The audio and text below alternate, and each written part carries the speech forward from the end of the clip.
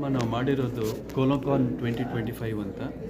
ಇದರ ಉದ್ದೇಶ ನಮ್ಮ ಈ ಕೋಲನ್ ಕ್ಯಾನ್ಸರ್ ಅಂದರೆ ದೊಡ್ಡ ಕರಳಿನ ಕ್ಯಾನ್ಸರ್ ಏನಿದೆ ಅದರ ಟ್ರೀಟ್ಮೆಂಟ್ ಬಗ್ಗೆ ಒಂದು ನಮ್ಮ ಡಾಕ್ಟರಿಗೆ ಒಂದು ಟ್ರೈನಿಂಗ್ ಕೊಡೋದಕ್ಕೋಸ್ಕರ ಮಾಡಿರುವಂಥದ್ದು. ಇದು ಏನಕ್ಕೆ ಅಂದರೆ ಈ ಕೋಲನ್ ಕ್ಯಾನ್ಸರ್ ಅನ್ನೋದೇನಿದೆ ಒಂದು ಕಾಮನ್ ಕ್ಯಾನ್ಸರ್ ಆಗ್ತಾ ಇದೆ, ಅಂದರೆ ತುಂಬ ಕಾಮನ್ ಆಗಿಬಿಟ್ಟಿದೆ ಇವಾಗ. ವರ್ಲ್ಡ್ ವೈಡ್ ಡೇಟಾ ನೋಡಿದ್ರೆ 1 in 20%, ಅಂದರೆ 20ರಲ್ಲಿ ಒಬ್ಬರಿಗೆ ಅವ್ರ ಲೈಫ್ ಟೈಮಲ್ಲಿ ಯಾವಾಗಾದರೂ ಈ ಕೋಲನ್ ಕ್ಯಾನ್ಸರ್ ಬರೋ ರಿಸ್ಕ್ ಇರುತ್ತೆ. ಇದಕ್ಕೋಸ್ಕರ ನಾವು ಈ ಕಾರ್ಯಕ್ರಮದಲ್ಲಿ ನಮ್ಮ ಭಾರತ ದೇಶದಲ್ಲಿರುವ ಹಲವಾರು ಎಕ್ಸ್ಪರ್ಟ್ಸ್ನ ಕರೆಸ್ಬಿಟ್ಟು ಅವರಿಂದ ನಮ್ಮ ಜೂನಿಯರ್ಸ್ಗೆ ಒಂದು ಟ್ರೈನಿಂಗ್ ಏನು ಮಾಡಿಸ್ತಾ ಇದ್ದೀವಿ. ಅದರಲ್ಲಿ ಒಂದು 200 ಜನ ಪಾರ್ಟಿಸಿಪೇಟ್ ಮಾಡಿದ್ದಾರೆ. ಅದರಲ್ಲಿ ಎಲ್ಲರಿಗೂ ಒಂದು ಅಡ್ವಾನ್ಸ್ ಟೆಕ್ನಾಲಜೀಸ್ ಏನಿದೆ, ಮಿನಿಮಲ್ ಆಕ್ಸೆಸ್ ಅಂತೀವಿ ಮತ್ತು ರೊಬೋಟಿಕ್ ಅಂತೀವಿ, ಎಲ್ಲದರ ಬಗ್ಗೆ ಒಂದು ನಾಲೆಜನ್ನು ಕೊಡೋದಕ್ಕೆ ಮತ್ತು ಅವರ ಸ್ಕಿಲ್ಸ್ ಏನಿದೆ ಅದನ್ನು ಇಂಪ್ರೂವ್ ಮಾಡೋದಕ್ಕೋಸ್ಕರ ಮಾಡಿದ್ದೀವಿ. ಇದು ತುಂಬ ಸಕ್ಸಸ್ಫುಲ್ ಆಗಿದೆ.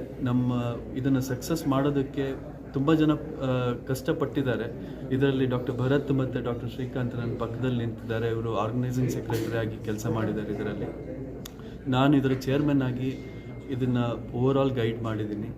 ತುಂಬ ಜನ ಇದರಲ್ಲಿ ಕಷ್ಟಪಟ್ಟು ಈ ಪ್ರೋಗ್ರಾಮನ್ನು ಸಕ್ಸಸ್ಫುಲ್ಲಾಗಿ ಮಾಡಿದ್ದಾರೆ. ಇದರಿಂದ ನಮ್ಮ ಜನರಿಗೆ ಬೆಟರ್ ಟ್ರೀಟ್ಮೆಂಟ್ ಸಿಗಬಹುದು ಅನ್ನೋ ಉದ್ದೇಶದಿಂದ ನಾವು ಮಾಡಿದ್ದೀವಿ. ಅದೇ ನಮ್ಮ ಮುಖ್ಯ ಉದ್ದೇಶ. Thank you. Okay, you want to address? So ದೊಡ್ಡ ಕರಳಿನ ಸಿಂಪ್ಟಮ್ ಹೇಗೆ ಬರುತ್ತೆ ಅನ್ನೋದಕ್ಕಿಂತ ಮುಖ್ಯ ಇರೋದು ದೊಡ್ಡ ಕರಳಿನ ಕ್ಯಾನ್ಸರ್ನ ಸಿಂಪ್ಟಮ್ ಬರೋ ಮುಂಚೆ ಹೇಗೆ ಕಂಡುಹಿಡಿಬೇಕು ಅನ್ನೋದು.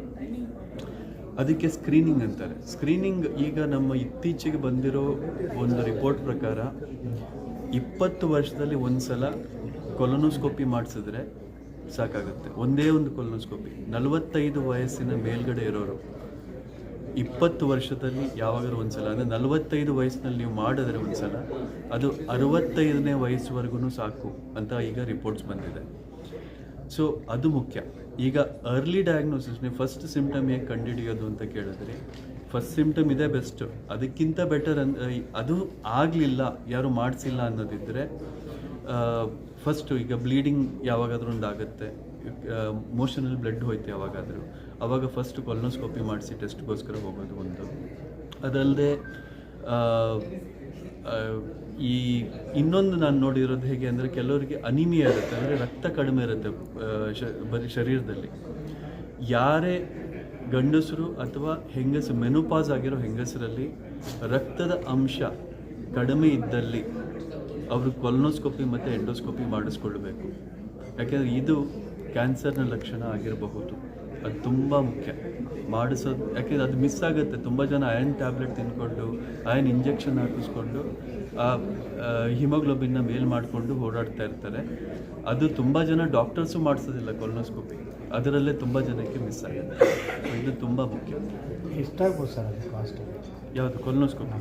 ಕೊಲೊನೋಸ್ಕೋಪಿ ಅದು ಎಲ್ಲಿ ಮಾಡಿಸ್ತೀರ ಅದ್ರ ಮೇಲೆ ಡಿಪೆಂಡ್ ಆಗುತ್ತೆ. ಐ ಥಿಂಕ್ ಒಂದು 3,000ದಿಂದ 5,000 ರೂಪಾಯಿ ಇರುತ್ತೆ ಕೊಲೊನೋಸ್ಕೋಪಿಗೆ. ಅದು ಒಂದು ಈ ಅರ್ಲಿ ಡಿಟೆಕ್ಷನ್ಗೋಸ್ಕರ ತುಂಬ ಜಾಸ್ತಿ ಕಾಸ್ಟ್ ಅಲ್ಲ. ಅದೂ 20 ವರ್ಷಕ್ಕೆ ಒಂದು ಸಲ ಮಾಡಿಸುವಾಗ ಅಂಥ ಕಾಸ್ಟ್ ಅಲ್ಲ. ಸ್ವಲ್ಪ ಜನಗೆ ಅನಸ್ತೀಶ ಕೊಡ್ತಾರೆ, ಸೊ ಅಂದರೆ ಕಂಫರ್ಟಬಲ್ ಆಗಿ ಮಾಡಿಸ್ಕೋಬೇಕು ಅಂತಂದರೆ ಅವಾಗ ಸ್ವಲ್ಪ ಕಾಸ್ಟ್ ಹೆಚ್ಚಾಗ್ಬೋದು. ಇಲ್ಲಾಂದರೆ ಸ್ಕ್ರೀನಿಂಗೋಸ್ಕರ ಜನರಲಿ ಚಾರ್ಜ್ ಕಮ್ಮಿ ಇರುತ್ತೆ.